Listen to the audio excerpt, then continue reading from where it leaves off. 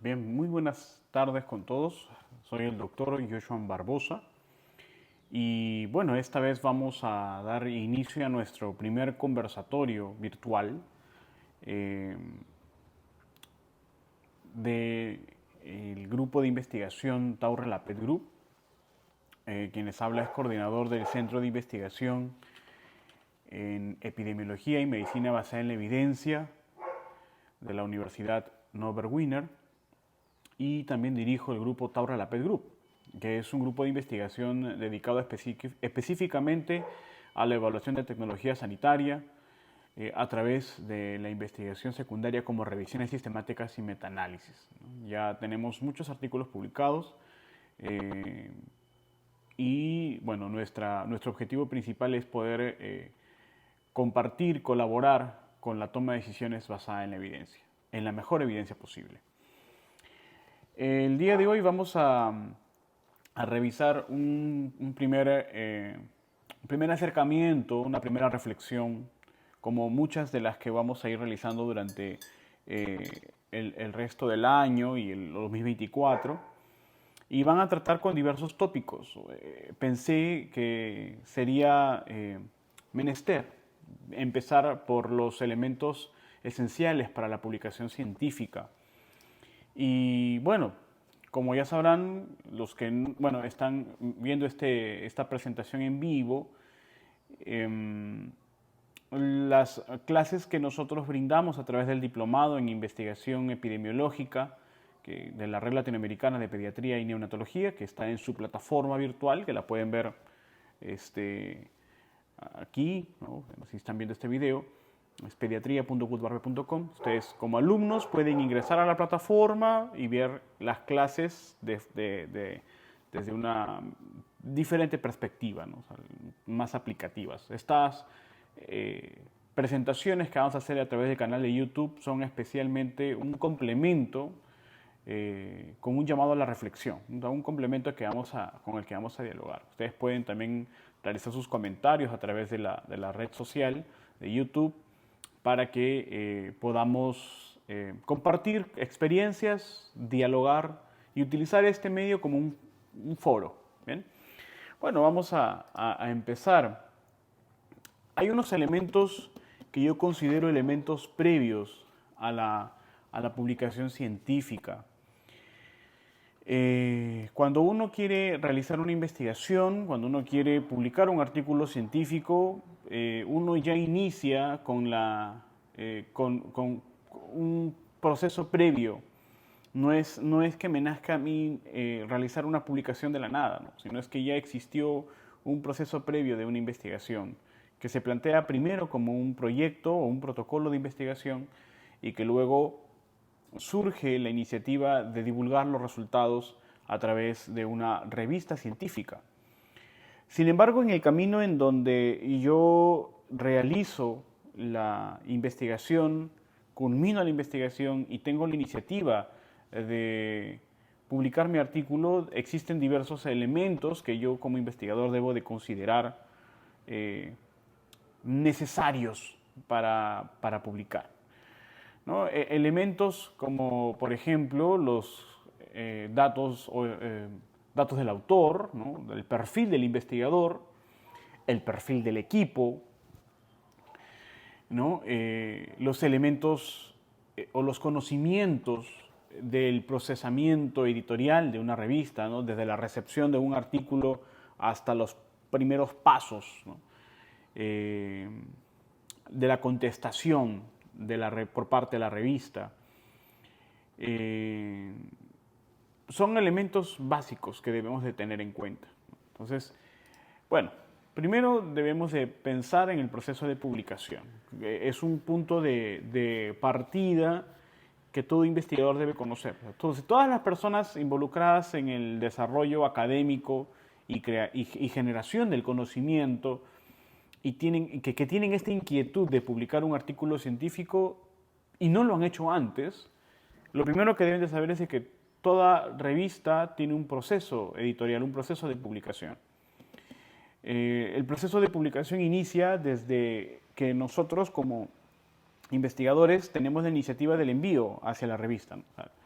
Tú envías tu artículo de investigación, que ya es la parte final, ¿no? La culminación de un protocolo, ¿no? Con la ejecución de resultados y discusión de los resultados o de los hallazgos. Y una vez que el artículo se envía a la revista, ¿no? El editor o la revista recibe, ¿no? El equipo editorial recibe el trabajo de investigación. Este trabajo de investigación es sometido a una evaluación por parte de quien recepciona el artículo en la revista, que suele ser siempre un consejo editorial o un equipo editorial que puede estar a cargo de múltiples personas, ¿no? Que puede ser, por ejemplo, un secretario o una secretaria, que recibe el trabajo. Ahora incluso el mismo sistema de la revista, el mismo sistema web de la revista, recibe el trabajo, revisa que todo esté correcto en las pautas establecidas por parte de la revista.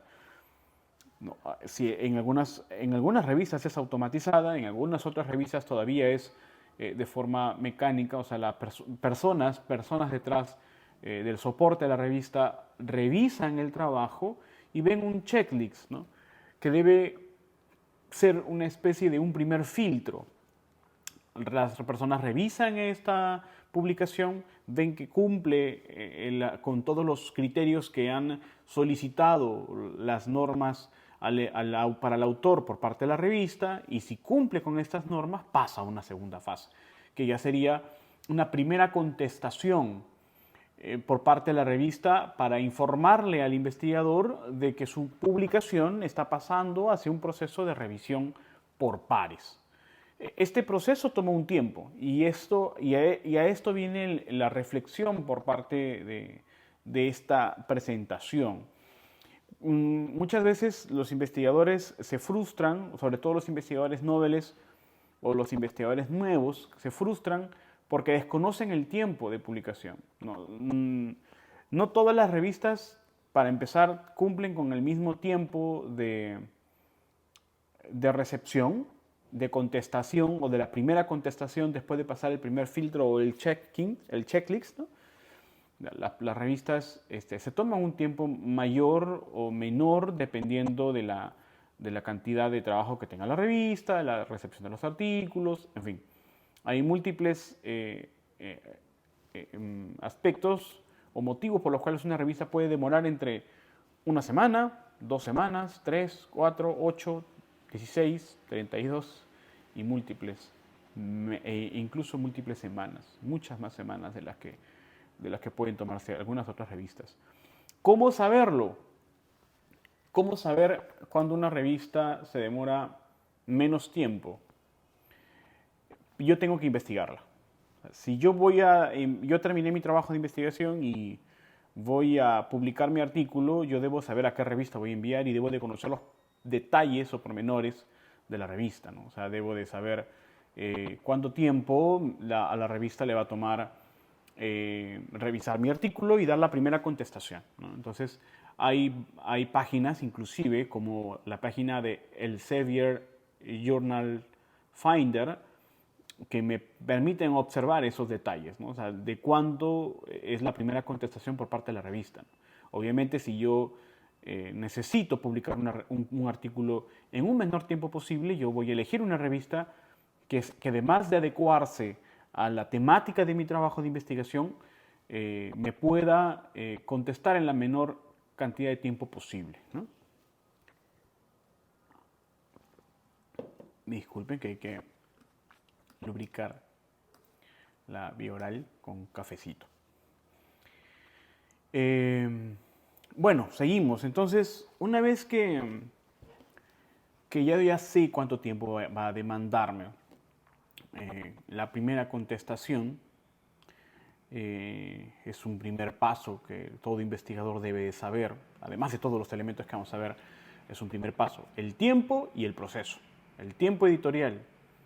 El primer filtro tiene un tiempo y de qué va a depender también, sobre todo en que una revista conteste más rápido. Mientras más prestigiosa sea la revista, también es directamente proporcional a un costo por publicación, denominado APC, y no en todas las revistas aplica, no en todas las revistas aplica el APC. O sea, en algunas revistas no cobran o cobran por publicación y te dan la opción de ser híbrida, ¿no? O sea, por suscripción.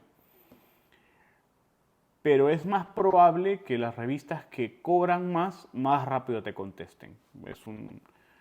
Es algo que puede suceder. Entonces no es fuera de lo común. Luego que la revista recibe el trabajo, te contesta de que ha recibido tu trabajo y va a pasar una revisión por pares, lo cual significa que ya tienes una mayor probabilidad de que pueda ser aceptado tu trabajo. No significa que se acepte, significa que hay una mayor probabilidad. O sea, ya pasó un 30%, por ejemplo.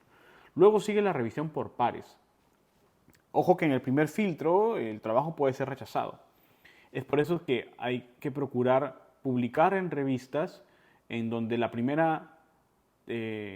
primer tiempo de contestación sea el mínimo posible, porque en el primer filtro muchas publicaciones, muchos artículos se rechazan en el primer filtro. Esto significa, o le llamamos también tasa de rechazo. Mientras mayor sea la tasa de rechazo en una revista, menos es el tiempo en que se demora en contestarte. La revista te rechaza rápido, lo cual es bueno. Si me rechazan rápido, me da la opción en que yo pueda enviar mi trabajo a otras revistas, ¿no? Recuerden de que yo no puedo enviar en simultáneo mi trabajo a múltiples revistas para ver en cuál puedo yo pescar, no. Sino que yo tengo que enviar un trabajo primero a una revista, esperar la contestación, y si me rechazan, puedo recién enviar a otra revista, adaptándola a las nuevas normas para el autor por parte de la siguiente revista. No puedo enviarlo en simultáneo, ojo. Muy bien, entonces una vez que la revista recibe el trabajo, nos dice que va a pasar a la revisión por pares. ¿Qué hacen los revisores por pares? ¿Quiénes son los revisores por pares? Son personas, o un grupo de personas expertas en el campo que son designados normalmente por parte de la misma revista y que envían tu trabajo de forma anónima para que estas personas puedan emitir comentarios y un juicio de decisión. El revisor por par, o el revisor par, disculpen, puede emitir un juicio de aceptar el trabajo con cambios menores o mayores, o simplemente rechazarlo. Cuando vamos a suponer que nos aceptan el trabajo, pasa, si es dependiendo de los comentarios o revisiones o sugerencias o cambios mayores o menores, puede pasar entre una o dos rondas más.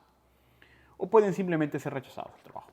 O sea, el trabajo puede ser rechazado en primera, segunda, tercera o cuarta instancia. ¿De qué depende? Depende totalmente de la decisión del revisor. Hasta este punto depende totalmente de la decisión del revisor. Él decide, o ellos deciden, ¿no? Normalmente si es que el trabajo se acepta o se rechaza. ¿De quién sopesa sobre todo la decisión por parte del conjunto de revisores? Del editor. El editor ve que el trabajo está siendo rechazado por parte de la mayoría de los revisores pares, sobre todo del segundo y tercer revisor. Entonces el editor puede decidir no continuar con la revisión y rechaza tu trabajo. Entonces date cuenta que hay una gran cantidad de tiempo entre el primer filtro, la revisión por pares, todo eso. Mínimo te puede demandar entre 3 a 4 semanas como mínimo. Hay revistas que lo hacen mucho más rápido. Y hay revistas que son exageradamente rápidas, con una gran tendencia a la corrupción, ¿no? O sea, existen personas que pagan y que el trabajo se acepta pues casi de inmediato. O sea, no es mucho más rápido. Hay publicaciones en menos de una semana. Pero no vamos a hablar de eso todavía, al menos no en esta presentación. Bueno, una vez que los revisores pares aceptan tu trabajo, el editor nuevamente recibe esas decisiones e inclusive él puede decidir sobre su propio juicio, decidir si es que acepta o no el trabajo. Ya pasaron 4 semanas o más, el editor puede aceptar tu trabajo para publicación o simplemente rechazarlo, dependiendo de la decisión que él tome. Muy bien, muy bien. Entonces, ¿qué elemento es el que estamos observando? El elemento del proceso editorial de una revista, el proceso de publicación. Deben de conocer dos aspectos principales, que es el tiempo y el proceso. El tiempo que demanda cada proceso, cada filtro. Y el proceso que implica el envío de la revista, la recepción por parte del conjunto editorial, la revisión por pares, la decisión del editor y finalmente los detalles de la publicación, que son la maquinación del artículo, la prueba preimprenta, etcétera, etcétera. Te puede demandar mucho más tiempo. Otro punto que deben conocer dentro de este mismo proceso editorial es lo que les hablé hace un momento sobre el pago para publicar. No todas las revistas son gratuitas. O por otro lado, no todas las revistas implican un pago, ¿no? Hay revistas que no cobran nada por publicar, ¿no? Esas revistas se les puede denominar Green Open Access, o sea, no cobran nada. Muy pocas revistas ahora lo hacen, sobre todo aquellas que están indizadas en Scopus. No, hay revistas que cobran por publicación con ciertas consideraciones para el autor. Por ejemplo, la revista cobra por publicar, pero cobra porque el trabajo va a estar libre y disponible para cualquiera, ¿no? Entonces, eso se llama Gold Open Access. La revista te cobra a ti como autor para que tu trabajo esté disponible en cualquier momento. O la revista es denominada híbrida. No te cobra a ti, pero sí le cobra por suscripción a los lectores. Eso se llama sistema híbrido, ¿no? Creo que también se denomina Green Open Access. Entonces, hay revistas híbridas. O te pueden cobrar o puedes tú decidir no pagar y ellos cobran su suscripción. En cualquiera de los dos la revista siempre gana, ¿no? La revista tú le pagas a la revista y la revista te deja libre tu trabajo para que cualquiera lo lea. O la revista se reserva el derecho de cobrar a la persona que va a leer tu trabajo. Deben de saberlo. ¿Debemos de pagar por publicar? No lo sé. Yo, en lo personal, la gran mayoría de los trabajos que he publicado han sido financiados por parte de la universidad donde yo trabajo para que pueda ser publicado mi trabajo. ¿Es bueno o es malo? No lo podríamos decir. En realidad, las revistas cobran y cobran por algo. La ciencia cuesta y las universidades están obligadas a financiarlo, porque los trabajos que se hacen son parte del desarrollo académico de la universidad y nosotros los docentes investigadores utilizamos esos recursos para que nuestros trabajos sean publicados y beneficie tanto a la comunidad científica, a la comunidad no científica, como las personas a las cuales nosotros dirigimos las investigaciones, pero también a las universidades beneficia, ¿no? Las universidades se benefician de las publicaciones para poder continuar en el crecimiento de un ranking académico por parte de las universidades, etc. Entonces todos se benefician. Y el problema es que cuesta. Entonces no creo que sea tan malo. Pero hay universidades que no pagan para que el investigador publique. El investigador tiene que publicar en revistas donde el sistema es híbrido o donde no cobran, ¿no? Entonces, si hacemos una comparación en cuanto al crecimiento, obviamente va a haber un mayor crecimiento por parte de las revistas que pagan a los investigadores o directamente a las revistas para que las investigaciones de sus investigadores sean publicadas, ¿no? El crecimiento de esas universidades en cuanto a la cantidad de artículos publicados por año va a ser mucho mayor, ¿no? Tienen más oportunidades los investigadores de tener sus publicaciones más rápido. Solamente eso cambia. No tiene nada que ver con calidad, no tiene nada que ver con contenido, no tiene nada que ver con eso. Hay investigaciones muy buenas que pagan. Por ejemplo, si tú vas a publicar un trabajo en una revista como, por ejemplo, Nature, ¿no? Una revista Nature, o The Lancet, por ejemplo, el costo de pagar esa publicación en esa revista es muy alta, ¿no? En Nature te puede costar $10,000. En una The Lancet, ¿no? En cualquiera de las especialidades, de las revistas de The Lancet te puede costar entre $5,500 o más dólares. Entonces, deben de saberlo. debemos de saber que se tiene que pagar por publicar, pero que no todas las revistas cobran y no todas las revistas no cobran. ¿Cómo saberlo? Buscando las revistas, ¿no?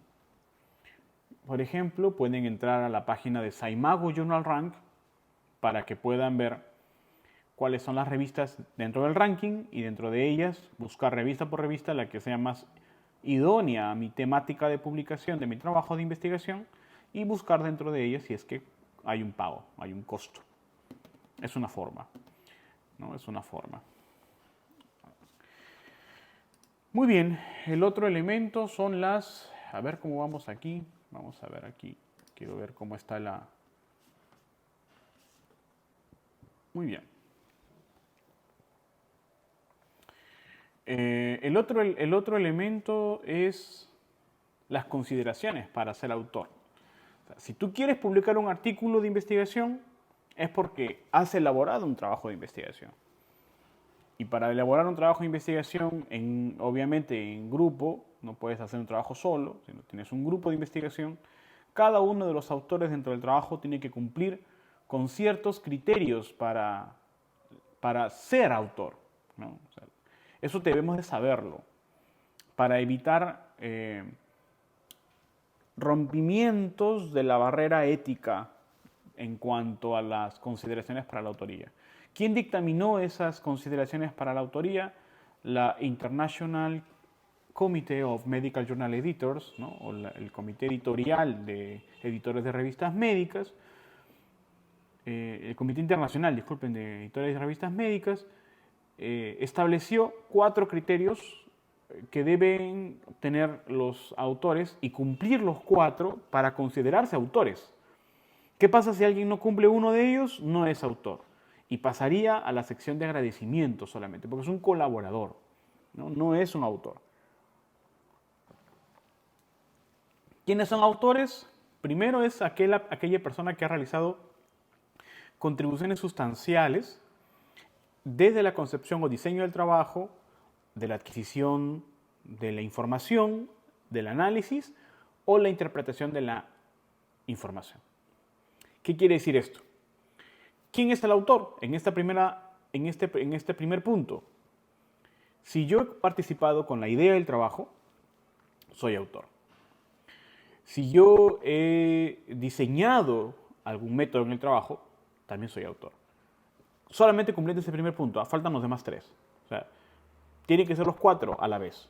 Uno de ellos es que yo haya participado en la concepción de la idea, en el diseño del trabajo, en la adquisición de la información, o sea, en el haber participado en la recolección de datos, en el análisis de datos, o sea, por ejemplo, en la sección estadística del trabajo, o en la interpretación de los datos. O sea, en cualquier parte del trabajo, ¿no? La idea, la pregunta de investigación, la metodología, la recolección de datos, interpretación, o sea, análisis a interpretación, discusión. Si yo participo en cualquiera de esos puntos o en todos de este primer punto, ya puedo ser considerado puedo tener un check de los 4 puntos para ser autor. ¿Cuál es el segundo? El segundo es que el autor, aquella persona que se considera autor, debe haber contribuido o revisado críticamente el contenido intelectual del trabajo. O sea, el autor debe de participar activamente, no solamente en la sección que le tocó, pero en las partes que revisó, sino que además debe haber un aporte. O sea, no es que a mí me pones para hacer esto y yo hago esto. El aporte debe ser importante, debe ser significativo. A ver algunos comentarios, ¿no? Entonces, ¿qué significa esto? O sea, no basta con mandar una partecita, ¿no? No basta con escribir una sección y ya. Dice, ¿no? El segundo criterio dice que hay que redactar, ¿no?, el borrador del trabajo, ¿no? O sea, el redactar o revisar el borrador del trabajo, o revisarlo críticamente en busca de un contenido intelectual importante. ¿Qué quiere decir esto? Ese es el segundo punto. De que para yo poder ser autor y comprobar mi autoría, yo debí no solamente dar mi aporte en la sección que me toca, sino que debo de considerar el aporte, o sea, el aporte del borrador del estudio, ¿no? Porque, o sea, cuando uno hace un trabajo, no hay un simple envío de información y queda saldado al estudio, ¿no? Sino que hay una continua construcción de un trabajo de investigación. A eso le llamamos borrador del estudio. Yo escribo, se envía, se devuelve, reescribo, se envía, se devuelve. Yo puedo estar en cualquiera de las partes del trabajo, pero yo tengo que estar constantemente enviando mi información.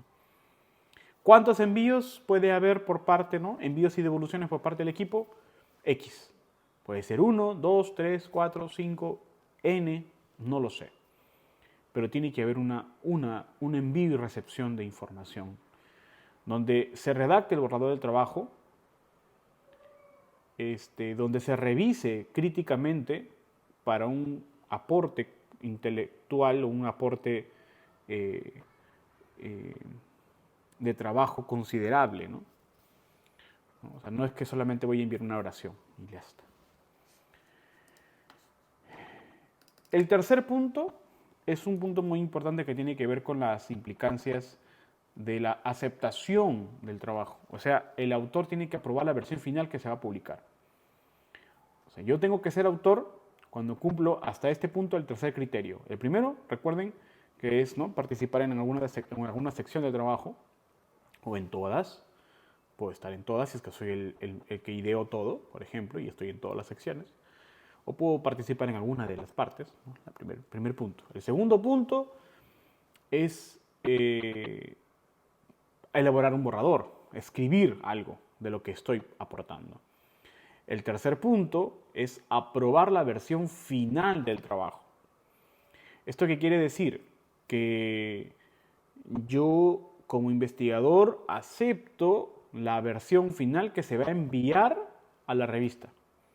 O sea, si ya está publicado el trabajo, significa que yo estoy aceptando todas las implicancias y contenido que tenga ese estudio cuando se haya publicado. Si el estudio tiene deficiencias, significa que he estado de acuerdo. Si el estudio tiene dificultades éticas, como por ejemplo plagio, etc., yo estoy involucrado con eso.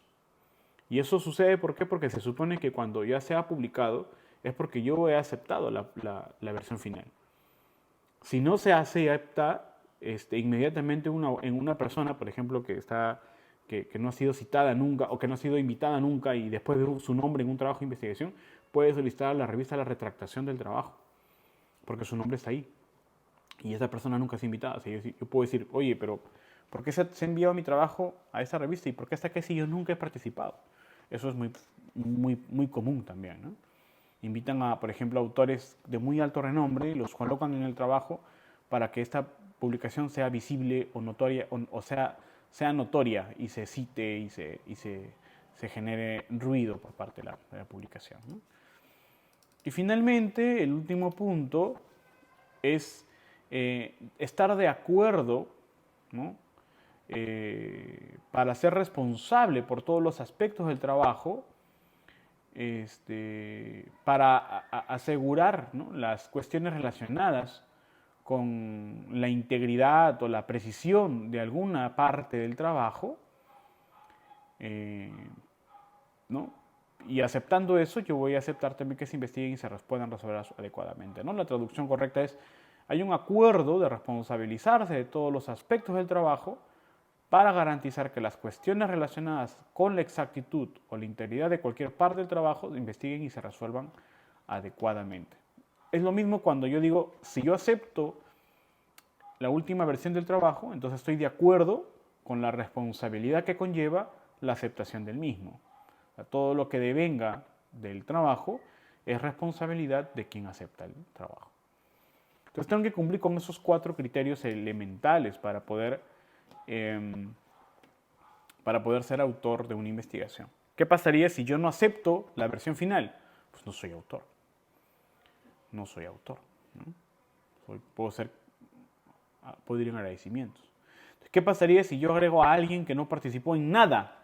Ni en la concepción de la idea, ni en el diseño del trabajo, ni en la adquisición de la información, análisis, interpretación, nada. No puede ser autor. Sucede mucho, por ejemplo, ¿no? Cuando un residente quiere publicar un trabajo y el médico jefe del piso le dice, tú no puedes publicar nada de este trabajo porque no estoy yo ahí. Para publicarlo, tú me tienes que poner ahí. Es, sobre todo cuando un residente quiere hacer un reporte de caso, ¿no? Sucede mucho, es muy frecuente en los hospitales. Otro caso es, por ejemplo, cuando un tesista termina su tesis y hace el trabajo como un artículo científico. O sea, publica su tesis en formato artículo. El asesor probablemente lo apoyó quizás nada durante todo el desarrollo de la tesis, pero le exige al tesista estar en el trabajo de investigación porque acaba de ver que va a publicar un artículo y le exige, oye, ponme en el trabajo, yo soy tu asesor. No, eso es falso. El asesor no necesariamente tiene que estar en el artículo. Está en la tesis, pero no en el artículo. ¿Y no por qué? Porque para el artículo es otro trabajo. Estamos hablando de que los 4 criterios son para un artículo científico, que es otro trabajo que deviene de la tesis. Puede ir en agradecimientos el asesor, pero no autor. ¿Puedo implementar otros autores dentro de mi trabajo de tesis? Claro que sí. Si la tesis es un manuscrito que se queda dentro del repositorio de la universidad. O sea, la universidad se hace cargo de la tesis como tal. Pero luego el manuscrito, si se publican los resultados. No se pueden colocar los mismos datos. Y pueden otras personas participar en el artículo. En el artículo, los resultados de la tesis le pertenecen, en este caso, al autor de la tesis y también parte de la universidad. Pero no es, una exigencia que necesariamente el asesor tenga que estar en el artículo o que no puede haber nadie más agregado en el artículo que deviene la tesis. Muy bien, entonces vamos 2 elementos clave, ¿no? El proceso editorial y ahora las consideraciones para ser autor. Otro punto, el perfil del investigador. El perfil es muy importante. El investigador tiene que tener conocimientos previos, tiene que tener un equipo de trabajo, tiene que tener un mentor o ser mentor, tiene que tener una identidad, ¿no? Una identidad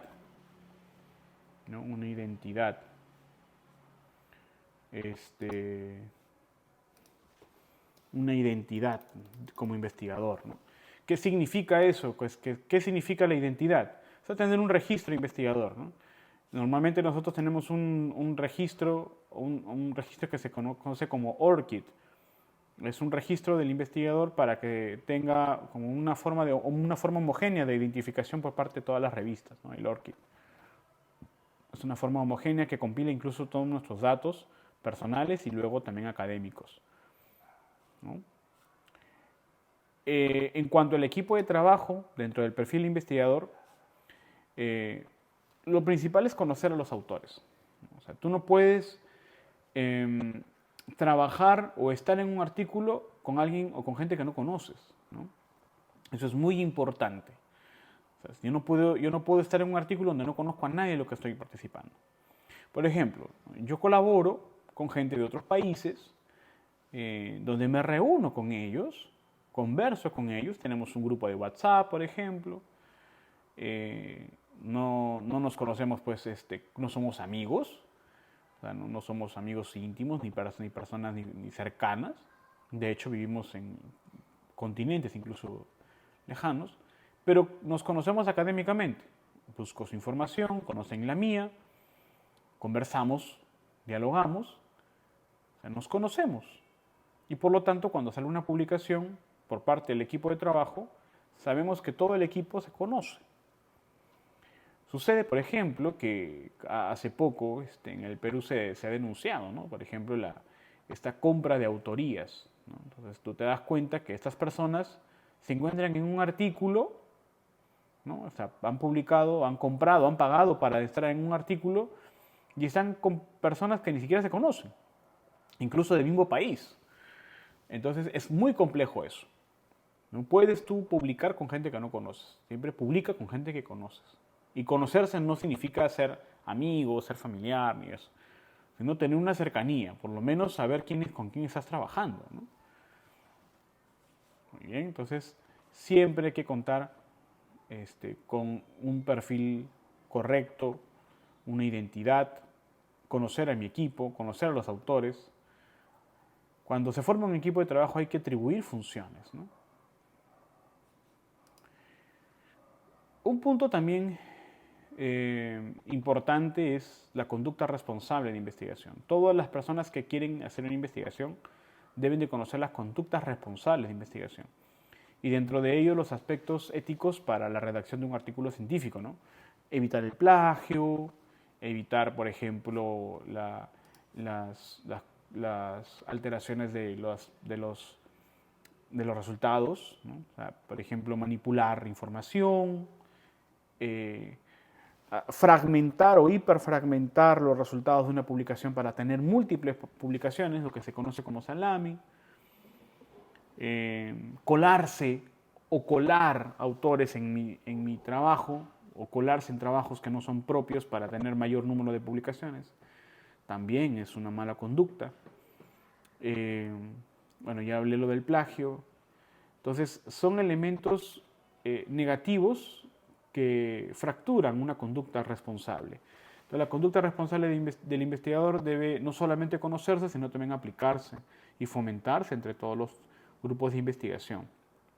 Actualmente en el Perú, pues, porque estoy hablando desde Perú, se está viendo esta gran problemática, ¿no? De una mala conducta de una mala conducta de investigación, ¿no?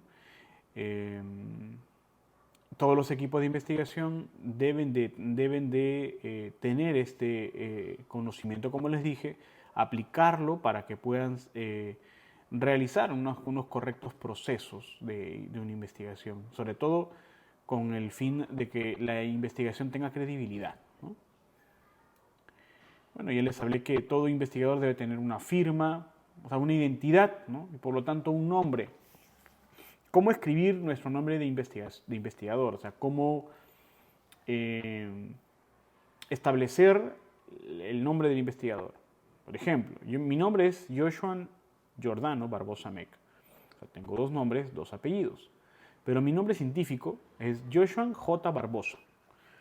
¿Por qué? Ahora les explico. ¿Por qué es mejor colocar tu nombre, la primera letra de tu segundo nombre, si lo tienes, o si no tu nombre y tu apellido directo, o si no tu nombre, primera letra de tu segundo nombre, solamente la letra, la inicial, y luego tu primer apellido únicamente, tu apellido paterno o tu apellido materno, cualquier quieras?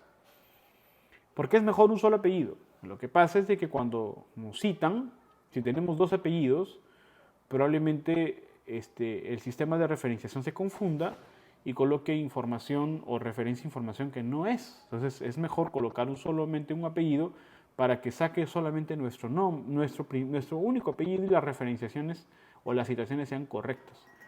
Cuando colocamos dos apellidos, muchas veces las revistas no lo indexan correctamente y se vuelve muy complicado que el sistema, en este caso Scopus o incluso Google Scholar, identifiquen nuestros trabajos para contabilizar las citaciones que tenemos. Para poder evitar esas complicaciones en cuanto a las citaciones, es mejor colocar un nombre, letra del segundo nombre y el apellido. El apellido paterno, sugerible, o el materno únicamente, pero un solo apellido colocarlo, ¿no? Un solo apellido. Muy bien. Hemos hablado... la afiliación. También incluso dentro de las conductas éticas está la correcta afiliación. ¿Qué es la afiliación? Es la denominación de la institución donde yo laboro en el margen de la realización de un trabajo de investigación. O sea, si yo puedo trabajar en múltiples lugares, pero la investigación le pertenece a una universidad. ¿Por qué? Porque yo estoy trabajando dentro de la universidad utilizando los recursos, utilizando y registrando el proyecto previamente, o el protocolo, para la universidad, y por lo tanto la afiliación debe ser únicamente para la universidad. Yo no puedo tener múltiples afiliaciones. No es correcto. No es correcto, a menos de que yo afilie la universidad y también el grupo de investigación, pero que le pertenece a la universidad. O sea, que es un grupo de investigación dentro de la universidad. Yo no puedo tener múltiples afiliaciones, por ejemplo, Universidad 1, Universidad 2, Universidad 3, en un mismo artículo. No es correcto. El artículo se hizo en el margen de una sola universidad, no de múltiples. Recuerden de que la investigación le pertenece a la universidad, no al investigador. Claro que si el investigador ya no trabaja en la universidad, se va el autor, pero el trabajo le sigue perteneciendo a la universidad. Se hace en el margen de ello. Si a mí me pagan como investigador en una universidad, y por lo tanto mi trabajo implica la publicación de un artículo científico para la universidad, en una revista, es para la universidad.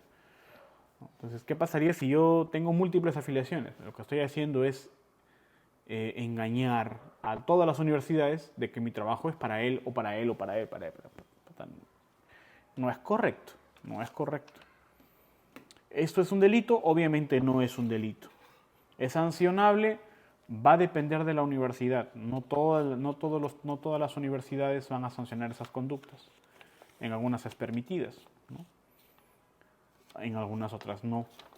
¿Eso quién lo establece? La misma universidad, ¿no? La misma dirección de investigación o el vicerrectorado de investigación de una universidad o la escuela o facultad de la universidad establece su reglamento y le dirá al investigador: no puedes hacer multiafiliación. Es una sola afiliación para esta publicación. ¿Por qué? Porque lo has hecho en el margen de la universidad o de la institución, porque tienes un número de horas dedicadas a realizar investigación. Por lo tanto, ese trabajo le pertenece a las horas dedicadas para esto. Que se te ha pagado para trabajar la cantidad de horas suficientes para esto. No se te está pagando para publicar.